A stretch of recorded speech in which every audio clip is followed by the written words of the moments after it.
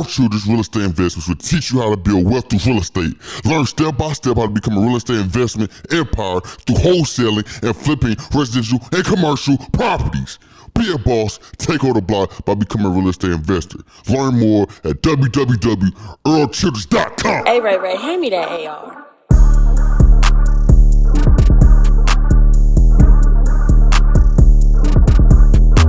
You are now listening to Off the Rip. Off the Rip, hardest podcast out right now. It's your boy Earl The Artist. What's good with you? You got staff here, man. Yeah, we gotta live a legend. You know what I'm saying? Far from rich, but we getting there. Go ahead, introduce yourself for the people who don't know. Yeah, my name is Ephraim Woods, also known as D-Man by most of my partners, you know. Come close in the mic. Yeah, for sure.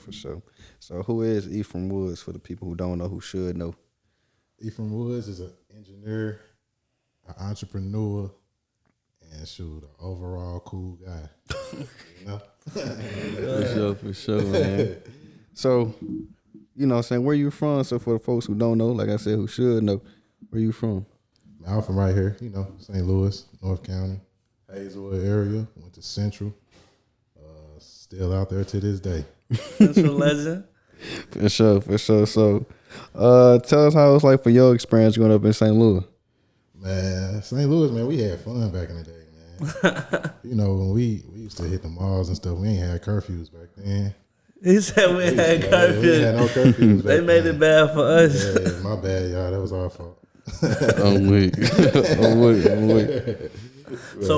So growing up in St. Louis, how did it impact you in your life? Man, it showed me how to survive anywhere. If you from St. Louis, anywhere you go, you probably gonna be able to survive and make a way. And we get respected everywhere as well. Mm-hmm. Now, when you grew up in St. Louis, how was it? I want to say the difference between like you growing up in our generation. We in the same generation, but like in our age group, like you said, curfews. How was it different? Because like we just had somebody on the podcast how was explaining to us how times have changed a lot from when they was teenagers to how we growing up now. Man, we was outside a lot more. Y'all found a way to make more money through like gaming and this type of stuff. Like podcasts back in the day, we ain't had nothing like this. We was more like outside hooping, just getting into whatever for real. We was just some party people. For real. So you went to college. How did you get into engineering? So long story short, when I was going into Central my freshman year, I had to take a aptitude test, and they told me I'd be good for engineering. And then following that up, Central had some project lead the way classes. Okay. I took a couple of those. At first, I was gonna do mechanical engineering, but then I ended up doing electrical. Okay. Ended up going with that. And how was your experience in college and majoring in engineering? How did that shape you? Like, what was the experience like? College for me was a struggle at first because coming from high school, I didn't have to study for nothing. I was one of them people, I just got things off the rip, you know? And then once I got to college, I didn't know how to study. So I went from having like a 3.7 to like a 2.5. I didn't get my first A in college until like my second to last semester. Dang. Rough. But you know what they say, C's get degrees, baby. Yeah. But no, man, engineering was fun. At first, I was gonna do engineering and computer science, but I got a coding class and I couldn't understand it. I'm like, I ain't finna even do that to myself. Man, that coding a beast, ain't it, boy? Man, look, it got easier now though. Some of my coworkers, they didn't show me like the program to show you what's messed up now. At first, they didn't have none of that. You have a comment in the wrong spot and it's messing up everything. Yeah, I'm already knowing, man. So, electrical engineer, like, how did you get in there? Like, what made you want to go down that industry? Man, so another long story. My bird computer had broke down. So that was sometime in high school.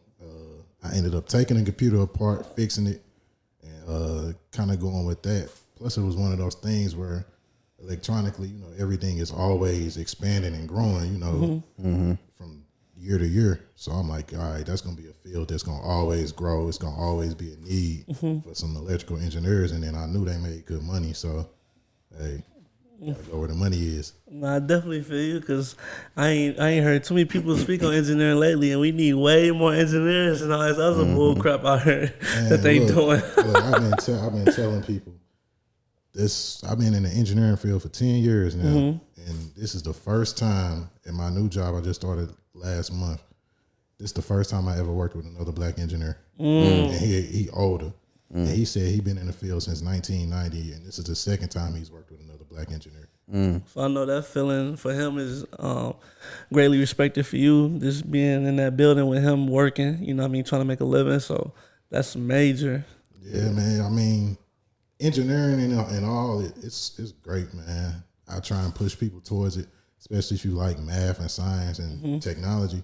I mean, it's a great field to be in. They pay great, and shoot, it's always a need for engineers. I get 3-4 calls a week about jobs. Yeah. So how important is it for representation in like STEM related jobs? It's important because that's another reason. That's why I feel like a lot of kids don't know what engineers are or what they do because they don't see people like us. I feel like that is starting to change now. I know probably about 4 or 5 people in my age group that are engineers as well, whether it be electrical, civil, mechanical. But I feel like the representation is important because if you see an engineer just as much as you see a basketball player or something like that, then you know, like, hey, I can actually attain that. That's something I can do. Definitely. So what type of jobs are out there for in the engineering field that, you know what I'm saying, would spark a young child's mind that's wondering about the STEM related jobs? So even in electrical, you can go so many different ways with it. Like for me, I design circuit boards. So basically, if you don't know what a circuit board is, say you break open your computer, it's a green board inside and it's got components on there. I design those. You can also go into the field service where you could actually go fix machines. That's one of the things I was gonna try and do, try and be a controls engineer. But normally they gotta travel too much. For real. I wasn't trying to be away. He said he ain't messing with all that traveling, man. Man, look, you be gone for 30 days and they'll have you back every other weekend. I'm like, I can't do it. What's the point of me working this hard, making this money, and I ain't even here to enjoy it? But then, I mean, also you can go into like mechanical where you can design cars, car parts, stuff like that. Well, I was in the car lighting field for about the past 6-7 years. Car lighting, what's that? So like we did headlights, aftermarket car lighting. So headlights, work lights, light bars, DRL lights. Before that, I was in the medical field. I did machines that measure radiation for chemotherapy before. So that's major. We definitely need that. Yeah. Then the job I'm at now, actually, we make machines that measure the amount of bacteria somebody has, so they know how many antibiotics you need. So when did it click for you? Like, what age was it? Like, I'm really good at this, like math and science and that type of stuff. Cause like I'm terrible at all that crap. For real. I probably could be better if I apply myself. But you know, did it instantly like click, or like was it something that you really studied for? Honestly, math always clicked for me. I always been good with numbers. The science part was something I had to work at a little more. Like even at Central, they tried to get me to do the robotics program. I wasn't doing it. I wasn't doing it. I was trying to hoop. If I had the chance to do it, I'd have did it though. I feel that. So we know you have the fashion line called Far From Rich. How did you get into the fashion scene? You feel me? Like tell the people about that. Man, I've been in the fashion my whole life. That come from my mama and my old dude. They always been fly. For real, man. Me and my sister always had J's. Man, that's all attributed to my parents, honestly. Education was first. Hey, you bring home them straight A's, you get whatever you want. You don't get a pair of J's. You get the new J's. Flat out, man. But nah, yeah, man, I've always been into fashion. You know, the first thing somebody notice about you is how you dressed. It tells a lot about yourself. So how did the name Far From Rich come about? And why the name Far From Rich? So Far From Rich wasn't the first name I had. It's probably like the third one.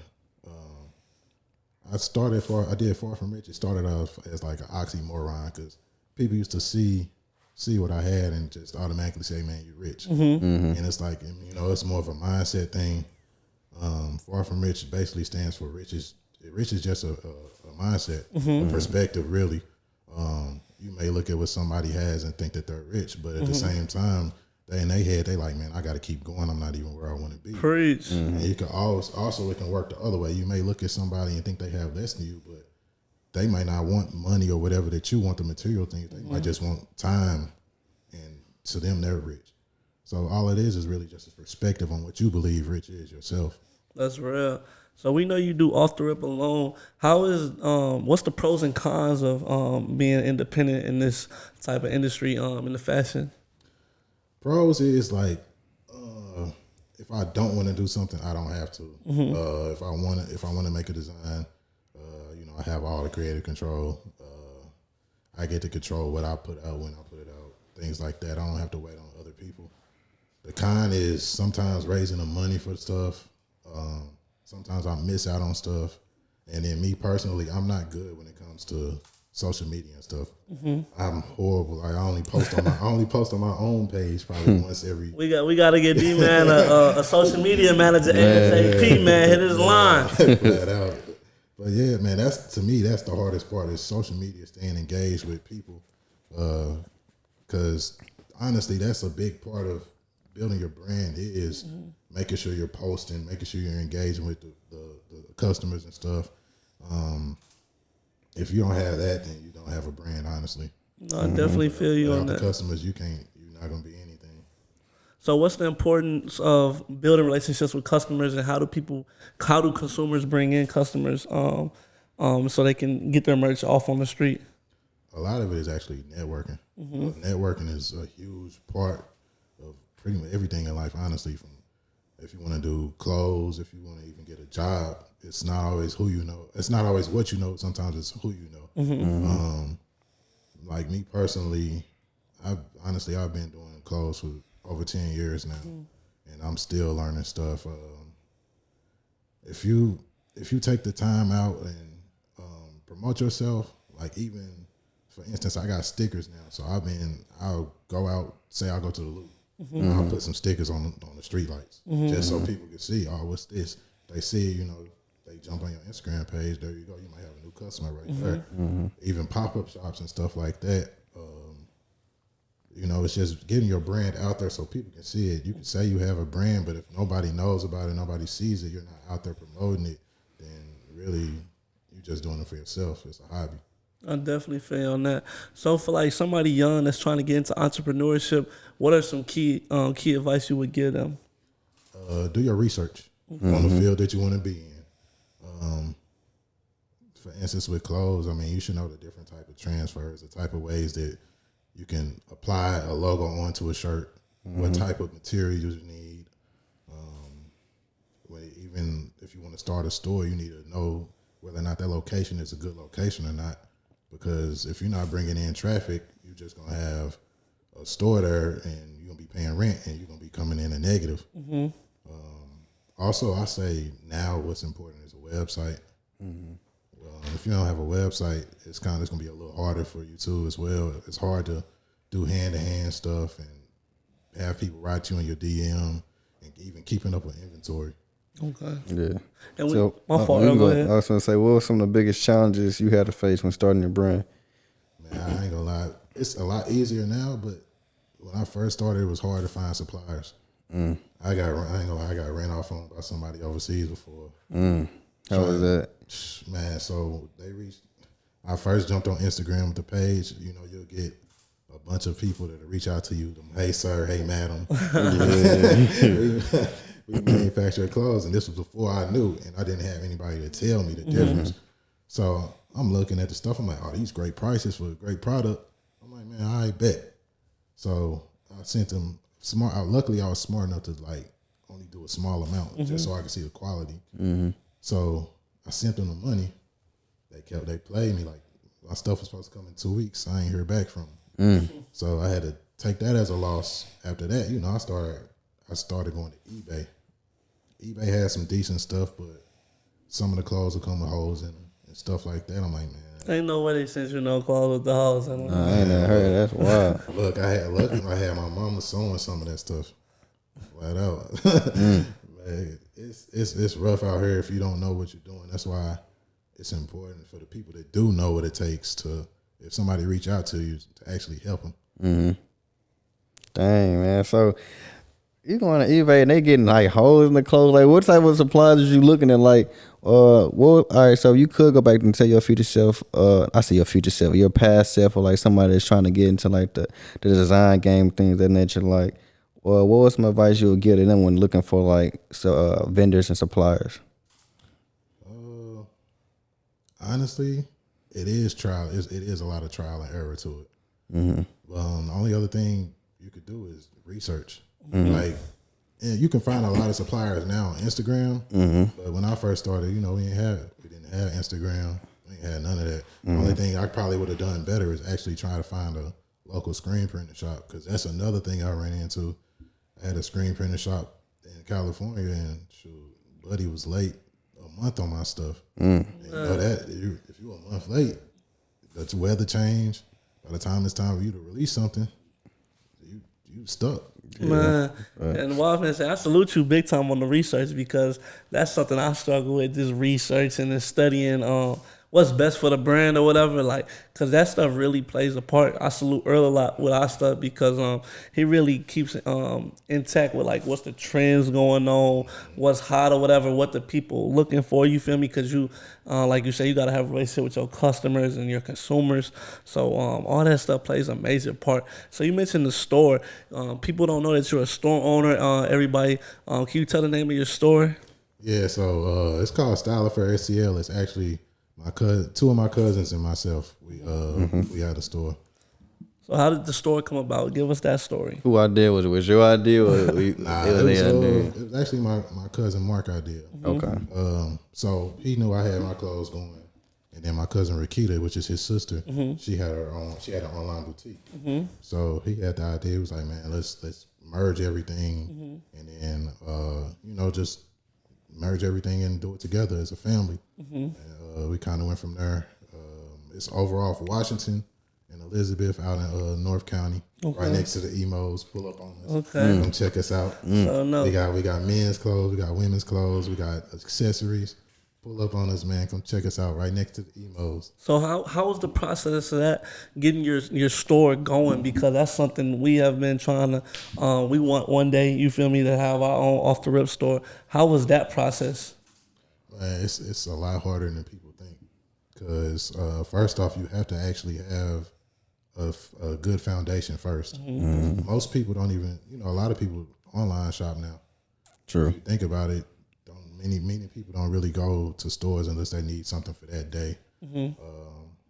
So you really need to have that solid foundation. Otherwise you might not make it. And it's rough. Like within your first 2-3 years, if you make it after that, you should be good. But Okay. So you made it through the storm, right? Because y'all, what's anniversary is this for y'all? this will probably be, I think, it's either 4 or 5 years this year. Okay. So shout out to y'all and keep it going. Man, trying to. For sure, man. So you mentioned you starting a store, and like Stas said earlier about building that relationship with the customer, things of that nature. How important is it to like build relationships with others that's outside of your, I guess you can say, brand niche? Like, talk about the importance of networking. Man, it's very important, because you're not gonna know how to do everything. So you will need some help every now and then. Like, for instance, Earl's done a couple of designs for me. I've got other people that do designs for me. Shout out to Jason. Shout out to Micah. At the end of the day, you won't be able to do everything yourself. Other people, you will need a helping hand. You never know. You might be able to network with somebody that can get you on a commercial, get you on the radio, just get your brand seen even more than what you can on your own. It's important. If your brand's not seen, like I said, you don't really have a brand. So talk about a time where you networked and it helped you and that person excel in what y'all were trying to achieve. Let me see. So, yeah, honestly, off the rip, man. Yeah.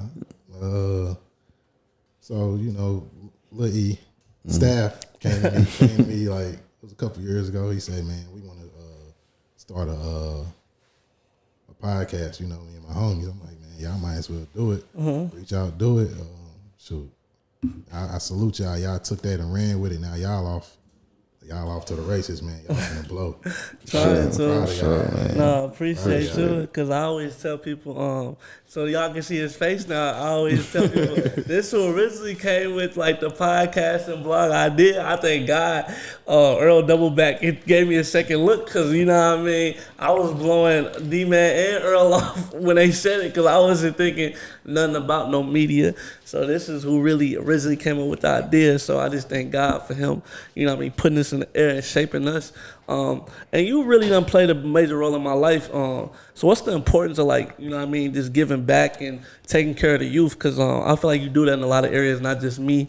I know you and Drew do a lot for the younger people, kids at like McKinley and stuff. And you play other roles with like your family and other people's lives. What made you want to just give back and, you know what I mean, help out so much? I honestly come from my parents, man.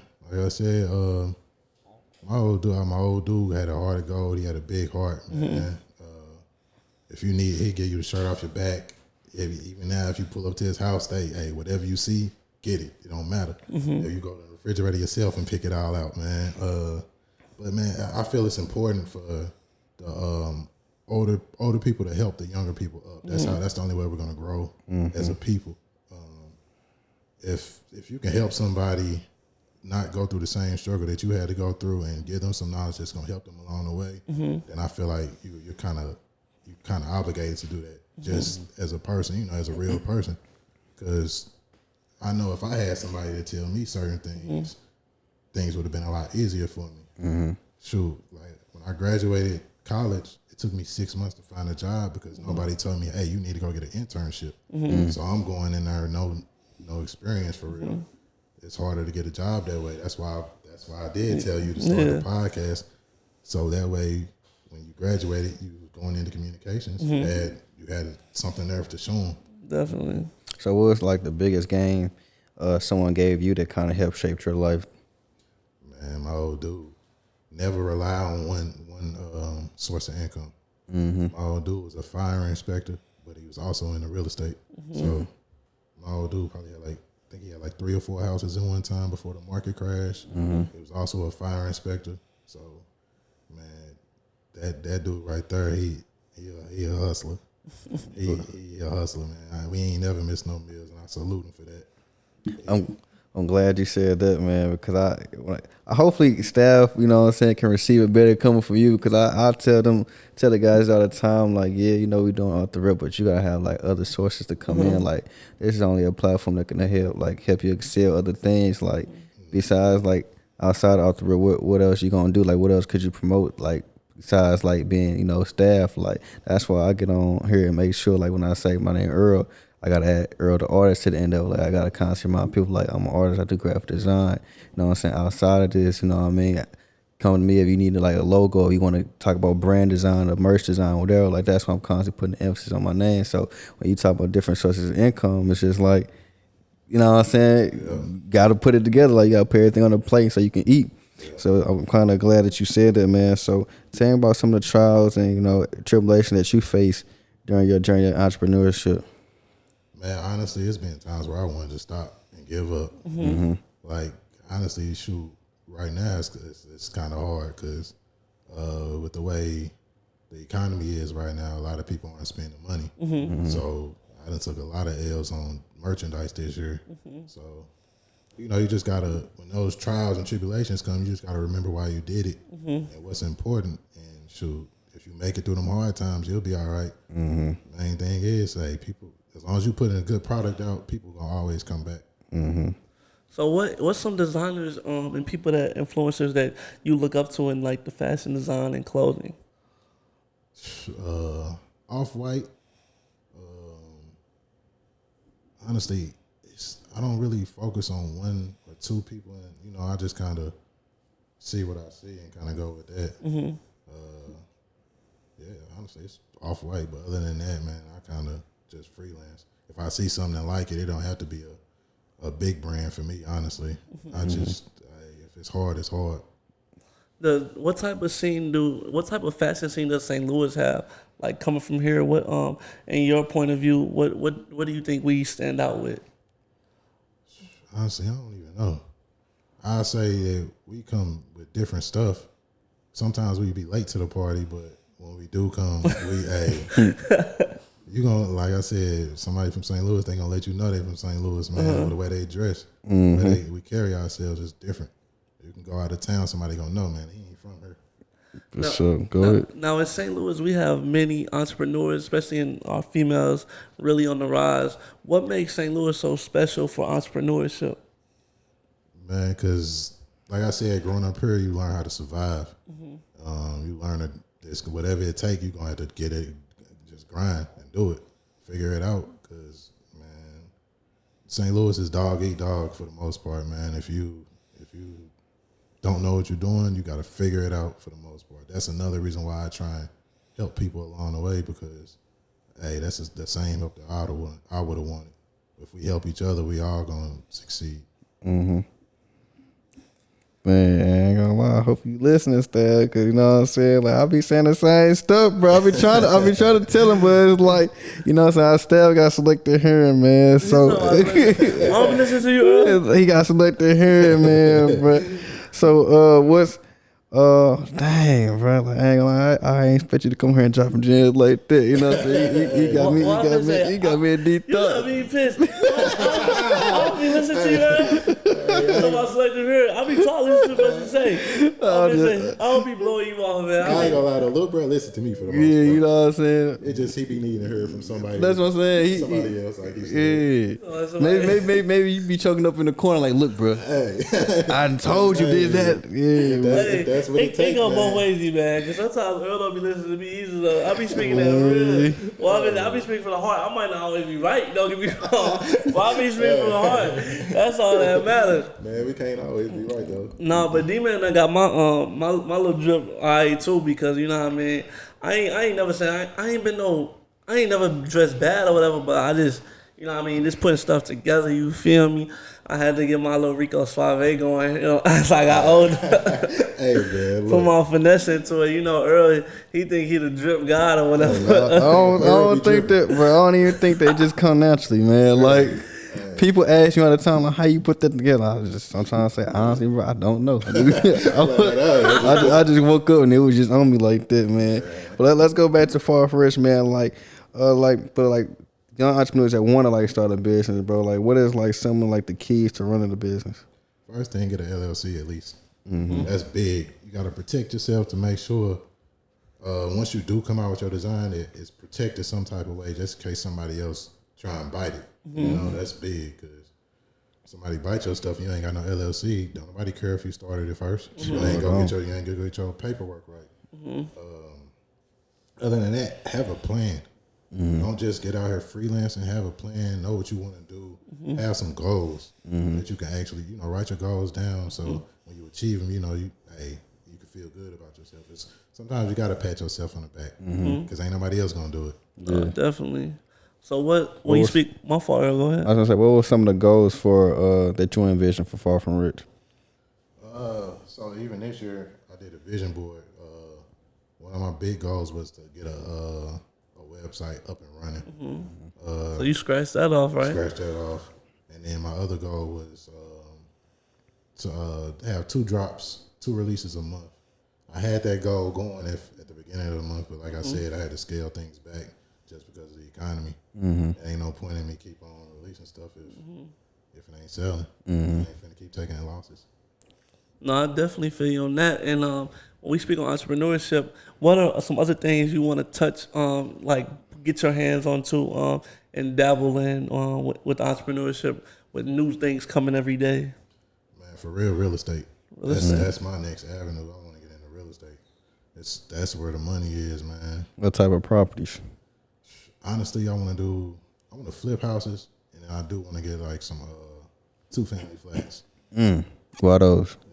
Cook, coming from my old dude, man, he always told me, like, if you get a rental property, you have somebody else paying your mortgage for your house. So then that way you pocket that money, then you can always turn around and sell it at the end of the day. He giving out free game.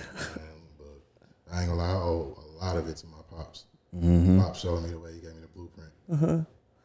No, definitely. And shout out all the OGs, big homies, uncles, everybody that's, you know what I mean, trying to play a helping hand, because that go a long way, especially for like our generation and then the generation up under us. Like, they need help badly.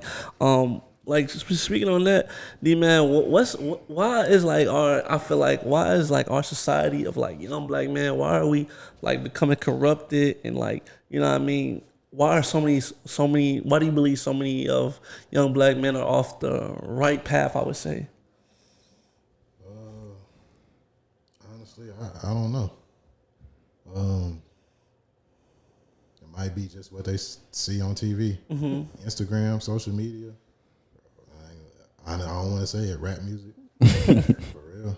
It's if all you see all day is the stuff on social media and rap music and everybody posting pictures with money and stuff like that, money and guns, then you ain't gonna know nothing else if you ain't got a positive role model in your life, especially. That's another reason why I feel like it's important for us to go back and help the younger kids, just because they may not have a positive role model, and you might be that person that helps them see things differently. And you never know how you can change their life. No, definitely, because that plays a major part in everything. And I don't know, just being in their ear, do you feel like sometimes, do you think it's sometimes easier to you should just let some people bump their head in ways? Yeah, I ain't gonna lie. Sometimes you gotta let people do it. You can only repeat something to somebody so many times. I'm gonna give you 2-3 times, and then I'm gonna let you go ahead, bump your head, and come back and let me know, like, dang, bro, you was right. For real, that's how I learned some things. I ain't gonna, man. What's the lesson you learned that way? Man, these cars. Oh, man. My old dude, man, he told me, he say, man, why are you going out here and buying this new car before you go buy a house? Now, when you go try and go get your house, you know, that's going to be on your credit. I'm like, man, I ain't trying to hear that. Earl, I ain't speak on that before. Keep going on, D-Man. No, hold on, because you ain't got to go out and buy a new car. You could have got you a cash car, you know what I'm saying? Then you had a car, and then you got a crib and a car, depending on how you trying to play it. I had when he got a new ball. CTS coupe. Man, look, man, Pops, I ain't gonna lie, me and my cousin Lil Mark, we say it all the time, man. My old dude was right. Man, I still got a car though. I can't wait to pay that joint off. Man. He was in that new ball shining. Where was you pulling up there with the new ball? Club. We was outside, man. That's when we used to kick it, man. Yeah. But nah, man, yeah, that's one of the things, man. Like, for instance, like I said, my old dude told me, man, you should get a house before you go get a car. Go get that car that you want. So that kind of, I bumped my head with that one big time. And then I can always go back and tell my old dude, man, you was right. I'll give you that one. You was right. But I do find myself telling him he was right a lot of the times. Like I said, he used to tell me, he was one of them people that tell me 2-3 times how to do something. I ain't listen.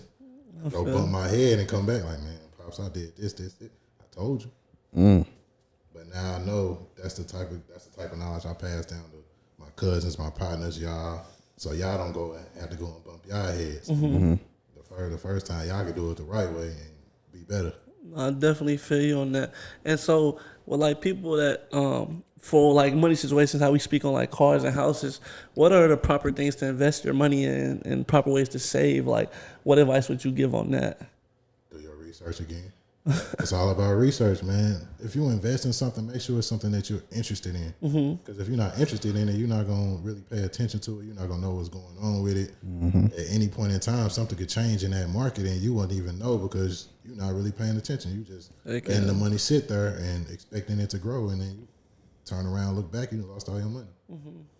But if you gotta invest in stuff that you're interested in, that you're actually going to physically go check on. Honestly, I was into the stock market for a while. Right now, it's bad for the stock market. You was big on NFTs? Or no, you ain't really get into it? I started to get into NFTs, but then I heard that market was doing bad now, so I kind of chilled out on that for a second. But, it caught your eye? Yeah, for sure. Creative. Okay. Well, how is that NFT? No, what is that NFT? That's the picture stuff? Yeah, pictures and then other type of stuff. I told Earl to go make an NFT. He was gonna get us a million. It's more than that. Just to draw pictures, bro. You gotta. Man, It's a whole back end, bro. Whole back end. for real. You said what? You can make money off them. Man, yeah. I was going to school with like a couple folks that was doing it, and she was kind of just explaining to me like a lot of like the dark stuff that go beyond it, because it's like you don't want to kind of like reveal.